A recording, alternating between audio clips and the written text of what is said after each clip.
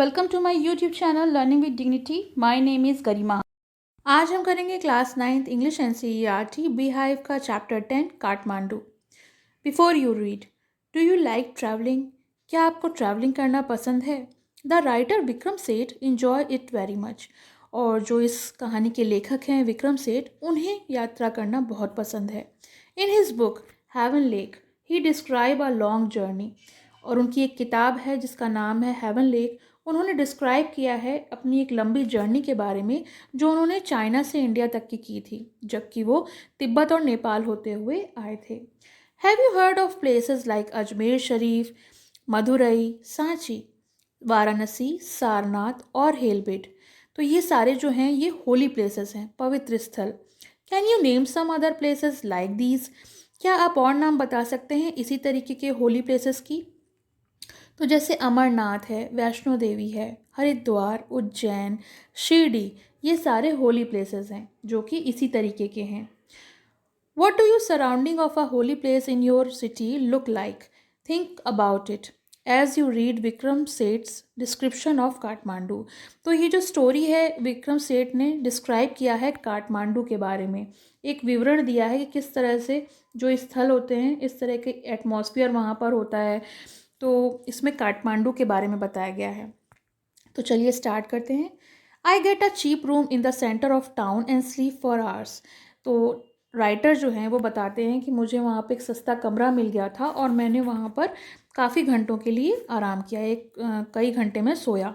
The next morning with mister Shah son and nephew I visit the 2 temples in Kathmandu. अगली सुबह जैसे कि मैं वहाँ घूमने गया था, तो मिस्टर शाह का जो बेटा था और उनका जो भतीजा था, उनके साथ मैं काठमांडू के 2 मंदिरों में घूमने के लिए निकला, that are most sacred to Hindus and Buddhist, जो कि काफ़ी ज़्यादा पवित्र माने जाते हैं हिंदूज़ के लिए जो हिंदू धर्म को फॉलो करते हैं और बुद्धिस्ट जो बौद्ध धर्म को फॉलो करते हैं, तो उनके लिए।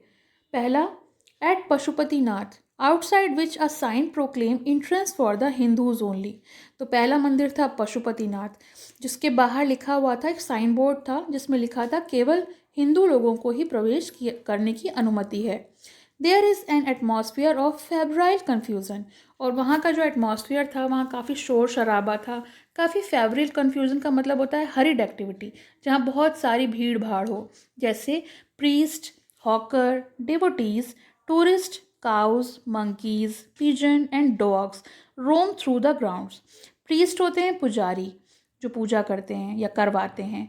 हॉकर जो भी सामान बेच रहे होते हैं, जो भी आवाज़ लगा के। डेवोटीज होते हैं जो कि भक्त होते हैं।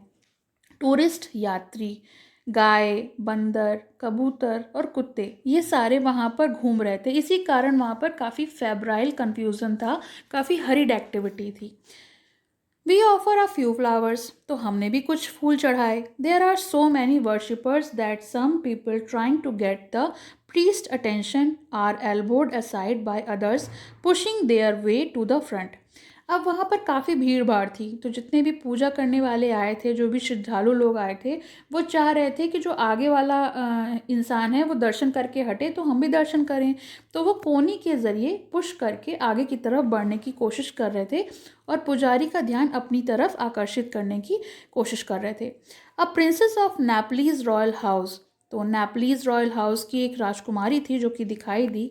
एवरीवन बोज, हर एक झुक कर उनको नमन किया, एंड मेक वे, और उनके लिए रास्ता बनाया। बाय द मेन गेट पे a party of saffron clad, एक पार्टी थी जो कि केसरी रंग के कपड़े पहने हुई थी। ये सारे वेस्टर्नर्स थे जो फॉरेनर्स होते हैं, स्ट्रगल कर रहे थे अंदर आने के लिए, struggle for permission to enter, वहाँ प्रवेश करने के लिए। But the policeman is not convince that they are the Hindus. लेकिन जो पुलिसमैन थे, जो वहाँ पे पहरेदार होते हैं, जो पुलिसमैन जो रक्षा करते हैं, सुरक्षा करते हैं, वो लोग नहीं मानना चाह रहे थे कि ये लोग हिंदूज़ हैं। Only Hindus are allowed to the enter the temple, जैसे कि बोर्ड लगा हुआ था, वहाँ केवल हिंदू लोगों का ही प्रवेश वाजिब था। A fight breaks out between 2 monkeys, तो राइटर आगे बताते हैं कि मैंने देखा कि दो बंदर जो हैं वो एक दूसरे में लड़ रहे हैं। वन चेज द अदर, एक जो है दूसरे का पीछा कर रहा है। Who jumps on to the shivling, एक जो है वो शिवलिंग पे कूदा। They runs screaming around the temple, और वो लोग एक दूसरे के पीछे करते आवाज़ें निकाल रहे हैं। जैसे बंदर लड़ते हैं तो आवाज़ें निकालते हैं और भाग रहे थे एक दूसरे के पीछे। And down to the river the holy Bhagmati, और नीचे एक नदी बह रही है, पवित्र नदी जिसका नाम है होली भगमती। ये देखिए पूरा वहाँ का एटमॉस्फियर दिया है। टेम्पल है पशुपतिनाथ का, काठमांडू का। दैट फ्लो बिलो, नीचे एक नदी बह रही थी। अ cops is being cremated on it's bank, और नदी के किनारे पर कॉर्प्स होते हैं मृत शरीर। तो जो किसी का शव था उसका दाह संस्कार हो रहा था। क्रीमेटेड माने दाह संस्कार किया जा रहा था नदी के किनारे। और वहाँ का सीन बताते हैं। वॉशर वुमेन जो भी धोबिन थी वो अपना काम कर रही थी, यानी कपड़े धो रही थी। बच्चे नहा रहे थे। From a balcony a basket of flower, एक बालकनी से एक फूलों का टोकरी थी जिसमें पत्तियां थीं, पुराने फूल थे जो कि पूजा में चढ़ाए गए थे। ओल्ड ऑफरिंग का मतलब होता है जो भगवान पे चढ़ाए जाते हैं। नाउ विल्टेड, अब मुरझा गए थे। Is dropped on the river, उनको नदी में बहा दिया गया या सिरा दिया गया। A small shireen half protruded from the stone platform on the river bank, और रिवर बैंक के किनारे एक छोटा सा स्टोन का प्लेटफॉर्म बना था जो कि पूजा करने का स्थल था। When it's emerged fully, और ये ऐसा माना जाता था लोगों के बीच कि जब ये पूरी तरीके से बाहर की तरफ उभर आएगा तो जो इसमें देवी हैं, जो देवी इसमें वास करती हैं, वो यहाँ से चली जाएंगी। And the evil period of the कलयुग विल एंड ऑन अर्थ, और जो कलयुग है उसका अंत हो जाएगा। जो भी इविल पीरियड चल रहा है धरती पर उसका अंत हो जाएगा अगर वो गॉडेस जो हैं वो ये जो स्टोन की जो प्लेटफॉर्म है वो पूरी तरीके से पानी के बाहर आ जाएगी तब।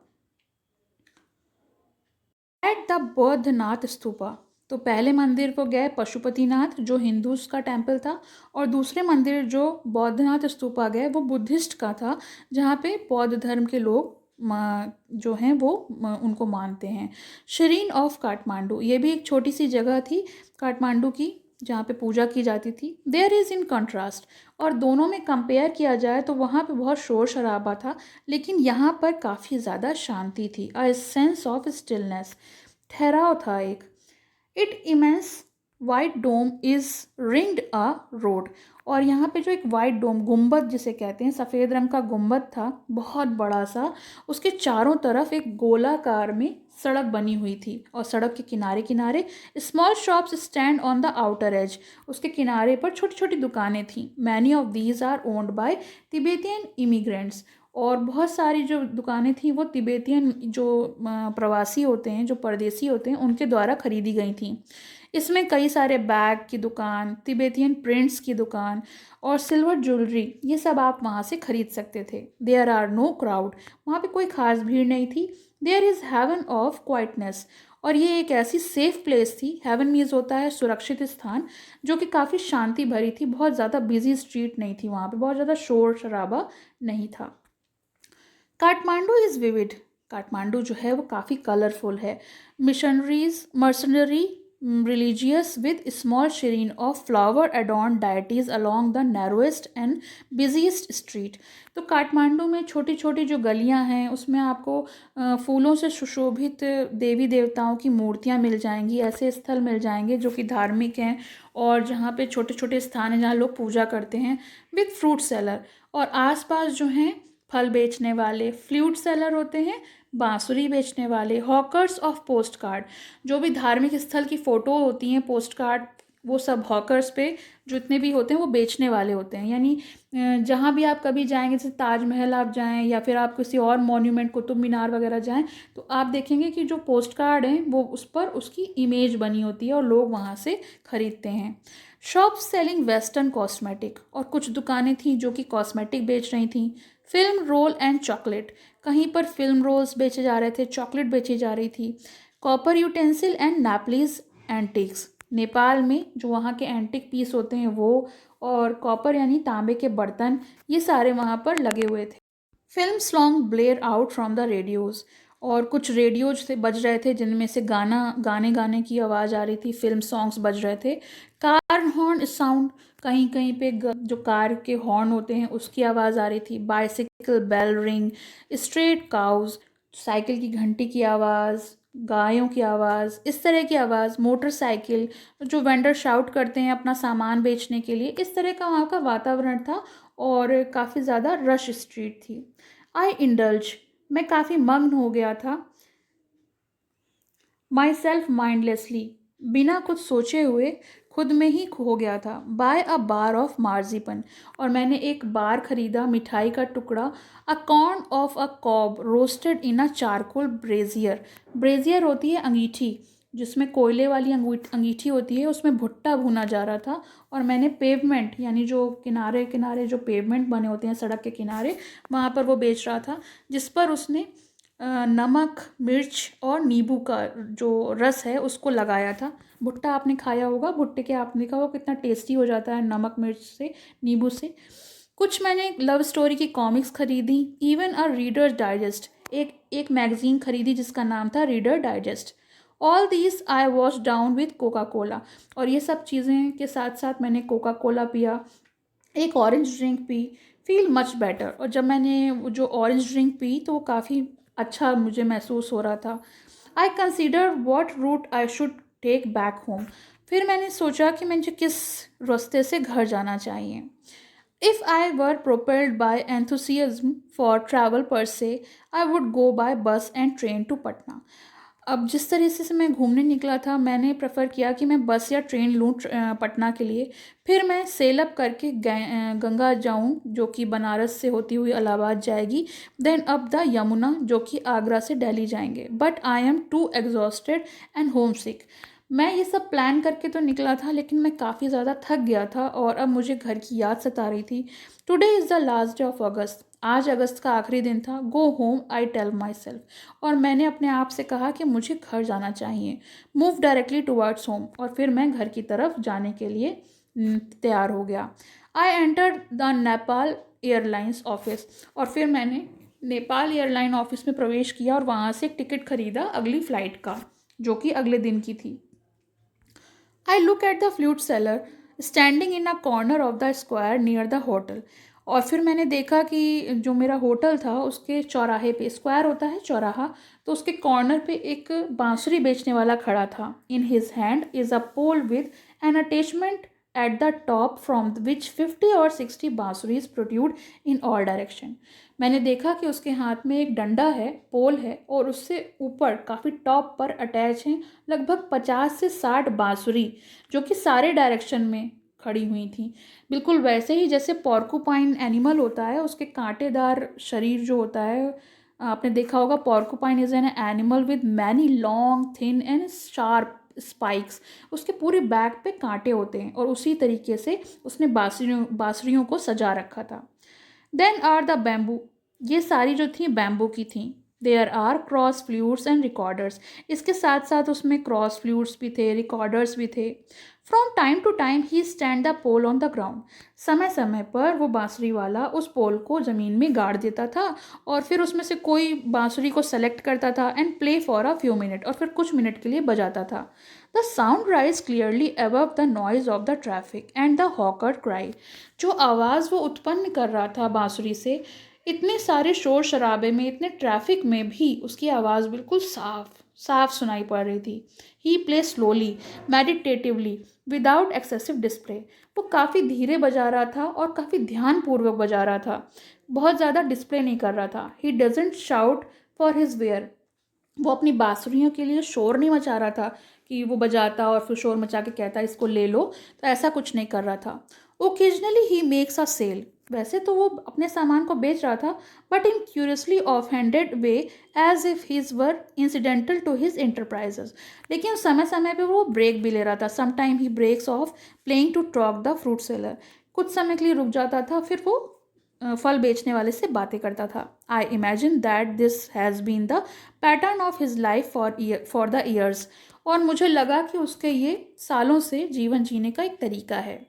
ऑफ हैंडेड मतलब होता है casual, not showing much interest in something, ज़्यादा बहुत ध्यान न देना किसी भी चीज़ में, उसे हम ऑफ हैंडेड कहते हैं। 7th paragraph, I find it difficult to tear myself away from the square, और राइटर बताते हैं कि जो मैं बांसुरी की धुन सुन रहा था उससे ध्यान हटाना मेरे लिए काफ़ी मुश्किल हो रहा था। जो चौराहे पर वो बांसुरी वादक बजा रहा था, बांसुरी बेचने वाला, flute music always does this to me, क्योंकि वो बताते हैं कि जो बांसुरी से बजाया वाला संगीत है वो हमेशा मेरे साथ ऐसा ही होता है। मुझे वो बहुत पसंद है और मेरे मन को छू जाता है। It is at once the most universal and most particular of sound, क्योंकि म्यूज़िक में देखा जाए तो फ्लूट जो है वो मोस्ट यूनिवर्सल है, पूरी दुनिया में पाया जाने वाले म्यूज़िक है। There is no culture that does not have its flute. कोई भी ऐसा कल्चर नहीं है जहाँ पर उनका खुद का एक फ्लूट ना हो। नाम अलग अलग हैं लेकिन बांसुरी जो है वो हर प्रांत में पाई जाती है, हर कल्चर में पाई जाती है। The reed ney, the recorder, the Japanese shakuhachi, the deep bansuri of Hindustani classical music, the clear और breathy flutes of South America. तो जगह अलग अलग हैं लेकिन फ्लूट के तरीके अलग अलग हैं, मगर बांसुरी जो है वो सारी जगहों पे पाई जाती है, हर कल्चर में पाई जाती है। The high pitch Chinese flute, each has its specific fingering and compass. हर बांसुरी पे अपनी अपनी अलग अलग तरीके से फिंगरिंग होती है। फिंगरिंग है way of placing the finger to play different notes, उंगलियों के रखने का तरीका जिससे अलग अलग सुर जो हैं वो बजाए जा सकते हैं। कंपास होता है रेंज, जो अलग अलग रेंज में सुर लगाए जाते हैं उसे हम कंपास कहते हैं। तो हर फ्लूट की अपनी एक खासियत है कि उसमें अलग फिंगरिंग की से और अलग अलग कंपास से उसे बजाया जाता है। It weaves its own association, वो अपने ही धुन में बजाई जाती है, अपने तरीके से बजाई जाती है। Yet to hear any flute is it seem to me to be drawn in to community of all mankind. और मैं कोई भी बांसुरी को सुनता हूँ तो मुझे ऐसा लगता है मैं उस म्यूज़िक से जुड़ रहा हूँ, मुझे वो बहुत ज़्यादा पसंद है। Its motive force to be living breath is to needs the pause and breath before it can go. फिर उन्होंने फ्लूट को एक ह्यूमन बीइंग से जोड़ा है, जैसे कि एक इंसान को जीने के लिए सांस लेने की आवश्यकता है, उसी तरीके से बांसुरी बजाने के लिए भी सांस की आवश्यकता है। कहाँ पर उसको रोकना है, कहाँ पर उसको वापस लेना है, इस तरीके से ही हम उसको बजा सकते हैं। That I can so affected by the familiar phrases of the बांसुरी surprised me at first। और मैं इन सारे फ्रेजेस से काफ़ी फैमिलियर था जो मैंने सुना, लेकिन इस बार मैं खुद से सरप्राइज था कि कैसे ये बांसुरी जो है मुझे इतना ज़्यादा अफेक्टेड कर गई। For on the previous occasion that I have return home after a long absence abroad. पहले भी मैंने ये सुर सुने थे लेकिन इस बार मैं काफ़ी ज़्यादा उससे प्रभावित हुआ। I have hardly notice such details, क्योंकि मैंने बहुत कम ही ऐसे डिटेल्स नोटिस करे थे, and certainly have not invested them with the significance I now do. जो मैं अब नोटिस कर रहा हूँ इस तरह का महत्व मैंने कभी भी बांसुरी का पहले नहीं समझा था। तो विक्रम सेठ ने लास्ट में इस चैप्टर में बांसुरी के बारे में बताया है। वैसे तो ये एक डिस्क्रिप्शन था काठमांडू का जो उन्होंने अपने एक बुक हेवन लेक से लिया था। तो आपको कैसा लगा चैप्टर, कमेंट सेक्शन में बताइएगा। Thank you. पसंद आया हो तो लाइक करें, शेयर करें और चैनल को सब्सक्राइब करें।